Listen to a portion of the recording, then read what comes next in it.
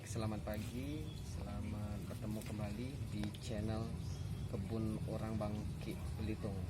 Di sini hari ini kita akan sidak ke perkebunan seledri milik teman kita. Beliau ini petani milenial, teman kita. Kita akan melihat bagaimana prospek penanaman seledri. Kalau bahasa bangkainya daun sop. Memang tanaman satu ini bisa kita gunakan untuk buat sop, bakso, ya banyak macam-macam. Dan di Bangka Belitung ini, khususnya di Pangkal Pinang, ini masih sedikit untuk yang memproduksi ataupun yang menanam ya, untuk menanam seledri ini. Di sini kita akan melihat bagaimana kelemahan, keunggulan, serta prospeknya dari tanaman seledri ini. Kita akan berbincang-bincang dengan teman kita, Bang Rustam ya, Rustam Effendi. Ini namanya mirip wakil gubernur kita dulu ya.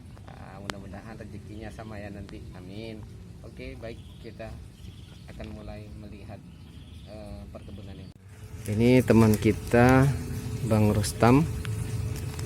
Bang Rustam sedang membersihkan, merawat ya untuk tanaman seledri ini. Sudah berapa lama Bang Rustam? Baru 1 bulan. 1 bulan. Ini semua baru 1 bulan. Iya. Oke. Untuk bibitnya masa penyemaian ya, penyemaian sendiri ini ya. Penyemaiannya berapa lama itu penyemaiannya? Sudah bisa ditanam ke hidroponik?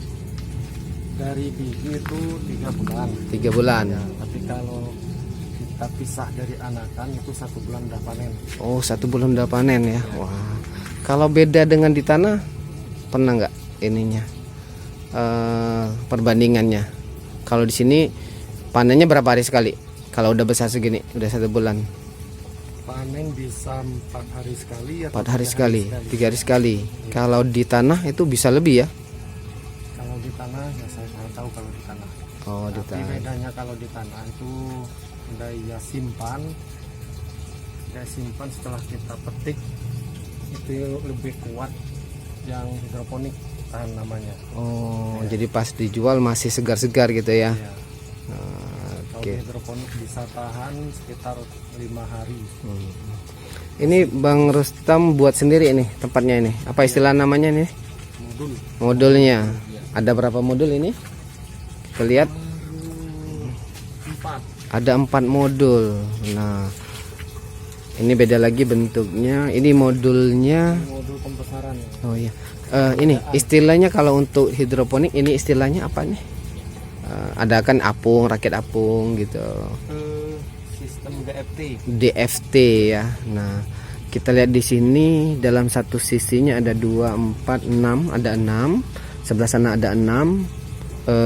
Untuk satu baris itu sebanyak 20, berarti 120 dikali 2 sisi 240. Dalam satu modul ada 240. Kalau sudah panen ini dapat berapa kilo perkiraannya nih? Kita hitung aja perkiraan, misalkan ini dalam 4 hari misalnya. Net pot, ya. 10 net pot kita hitung dapat 1 on. 1 on. Jadi kalau ini satu sisi ini Satu sini 120. 120. Jadi kalau ada 1 on 10 net pot, berarti kurang lebih dapat 1,2 kilo. 1,2 kilo berarti 2 sisi 2,4 kilo ya. Perkiraan kita bulatkan aja lah 2 kilo aja lah ya. Ya, perkiraan minimalnya itu. Iya, minimal 2 kilo sekali panen setiap 4 hari. Harga 1 kilonya Bang? Kalau saya jual 50.000. 50.000. Mungkin di pasar bisa lebih ya. Apalagi misal pas lebaran gitu, Idul Fitri. Bisa 100. 120. Wah, 120.000 sekilo. Iya. Nah, ini setiap 4 hari sekali panennya. Nah, teman-teman silakan hitung sendiri berapa keuntungan. Tetapi dalam sistem hidroponik ini kita harus rajin ya Bang ya. Beda kalau di sebenarnya semua tanaman juga sama.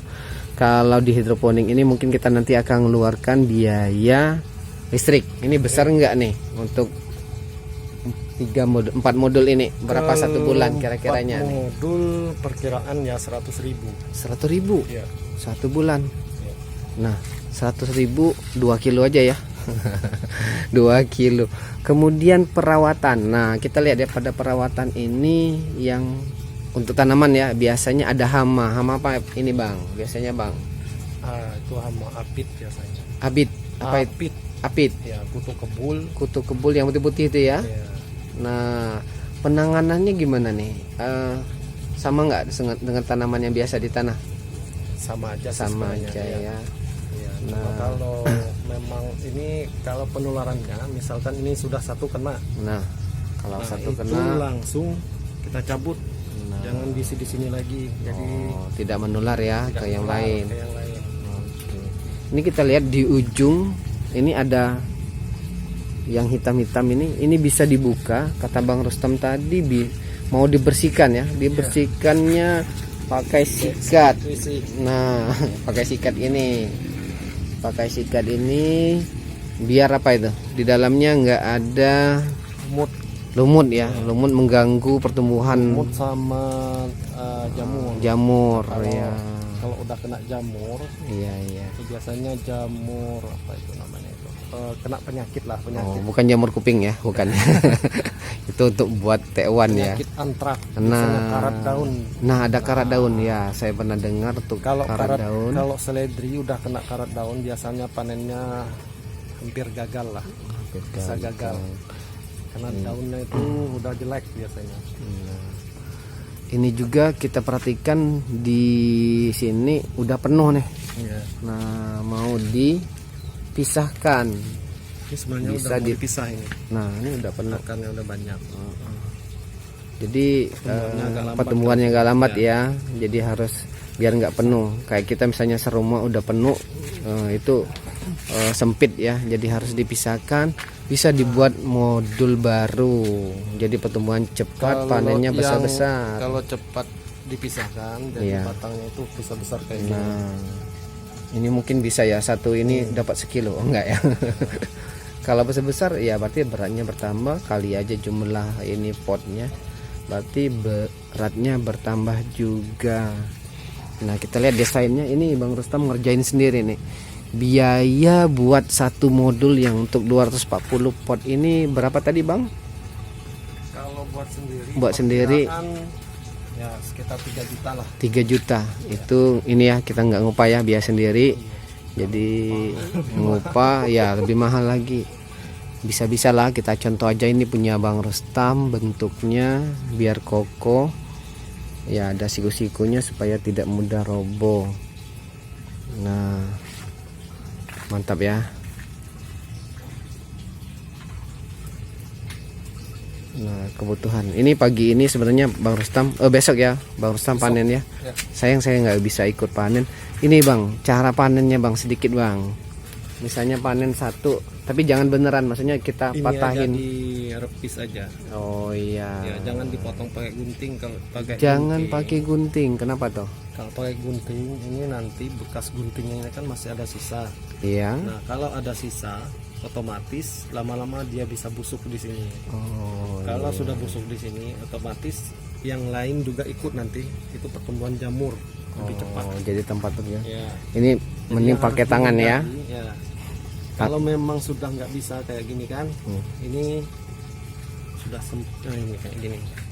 Ini kan kemarin karena sempit, jadi patah. Jadi pas panen selanjutnya ini harus direpis. Harus dibuang habis ya gitu ya. Ya, terus dibuang lagi. Potes saja ya pakai tangan gitu ya. Mm.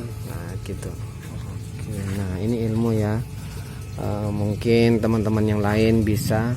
Ini Bang Rustam ini kerja. Jadi ini hanya sambilan. Nah, keuntungan yang hidroponik ini bisa pagi-pagi sebelum kerja, kemudian malam, sore juga bisa, malam juga bisa. Ya. Paling kita ngeceknya itu pagi sama sore aja. Sore. Nah, Terlalu.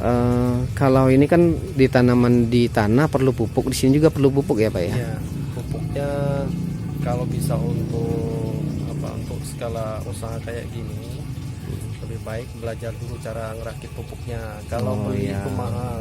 Diracik Jadi aja ya kalau- dari pupuk-pupuk apa ditambahkan gitu Iya. ya. Ini pupuk cair ya, berarti nanti dicampurkan ke air ya.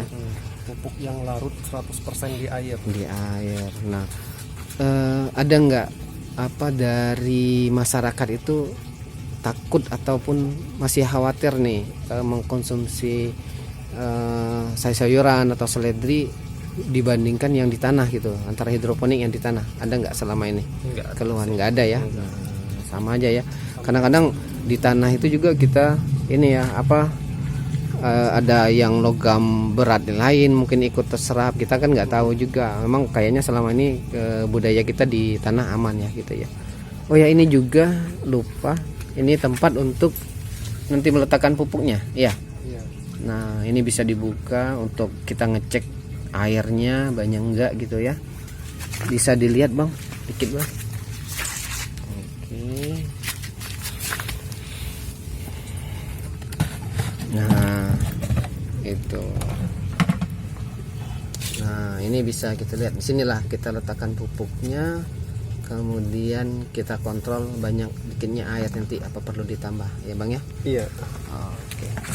Nanti untuk video selanjutnya akan kami kupas mungkin tak cara nanti penyemaian, pemupukan. Nah, ini nanti banyak bakal videonya ya. Mudah-mudahan ini bisa menjadi ilmu bagi teman-teman kita, mungkin untuk sambilan atau memang usaha sampingan. Jadi nanti tetap stay tune di channel kami.